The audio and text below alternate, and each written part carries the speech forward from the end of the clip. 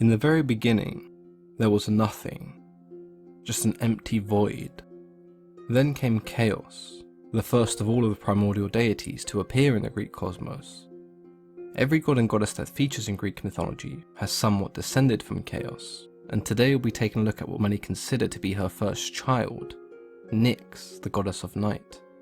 There are different stories and versions of Greek mythology where Nyx was considered to be the first primordial deity, assuming the role of creator that we generally associate with chaos, but we'll be focusing on her depictions as the daughter of chaos today. Nyx was born at a time when the world as we know it didn't really exist. Her and her siblings, Gaia, Tartarus and Erebus, were amongst the four first deities born from chaos that would shape the world. With Nyx and Erebus being two of the earliest primordial deities, we can assume that the world was shrouded in darkness. Erebus himself, after all, was the personification of darkness and shadows. This would however eventually change. When Nyx and Erebus partnered together, they produced Aether and Hemera, Aether being light and Hemera being day, the exact opposite to their parents, night and darkness.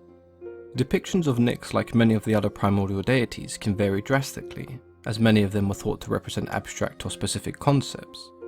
Nyx in her literal form would be the night that surrounds us. In her physical form, she was either shown as being an extremely beautiful woman, dressed in black, surrounded by a dark mist, sometimes riding a chariot, or as a winged goddess with a halo made from a dark cloud.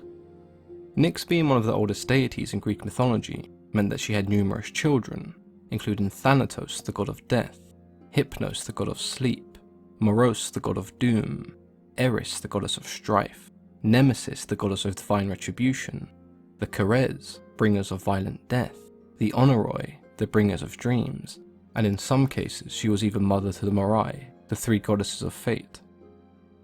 Nyx and many of the other primordial deities were believed to reside in the depths of Tartarus. A common belief was that during the day, both Nyx and Erebus would lay dormant in the darkest crevices of Tartarus, and each night they would emerge, hand in hand, together, as they blocked the light that was emitted by Aether, bringing darkness, and in turn the night to the world. The following morning, Hemera, just as her parents had done previously, would emerge from Tartarus and sweep away the darkness, leaving her mother and father to return. This cycle meant that Nyx didn't spend much time with her daughter, as they were never in the same place for very long, and it's likely that the ancient Greeks used the story of Nyx and her children as one of the first explanations of the night and day cycle.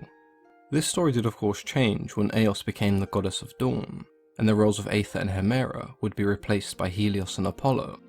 Nyx, however, was never really replaced throughout Greek mythology, and this could be because the ancient Greeks considered her to be extremely powerful, and as a result held her in high regard.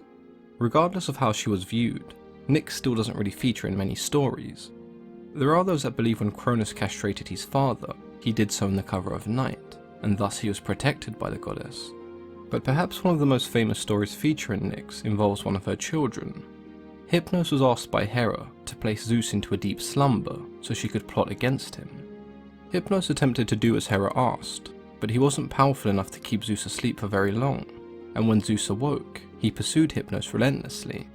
Fearing for his life, he did the only thing that he knew would keep him safe, and fled to his mother's cavern in Tartarus. When Zeus eventually learned of where Hypnos had gone, he decided against pursuing the god any further, for fear of angering Nyx. In some variations it was actually Nyx who found Zeus, and persuaded him to stop the pursuit of her son, even receiving an apology from Zeus.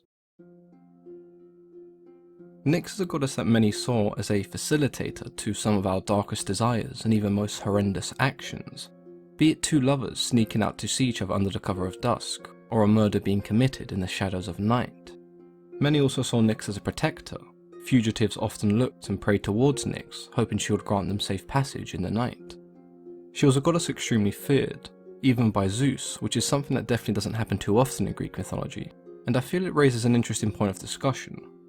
It's pretty common for people to say that they're afraid of the dark or the night, but you'll also hear these same people tell you that it's not actually the darkness they're afraid of, but rather what hides in the darkness. The fear of uncertainty can make one feel helpless.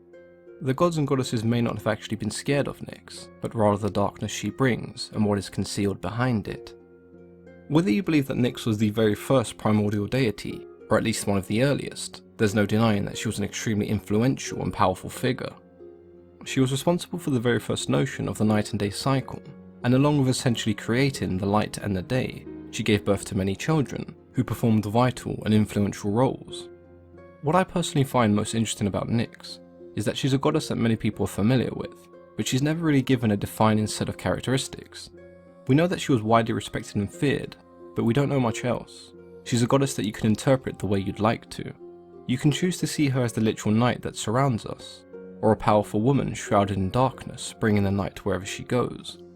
I'd love to know what you guys think.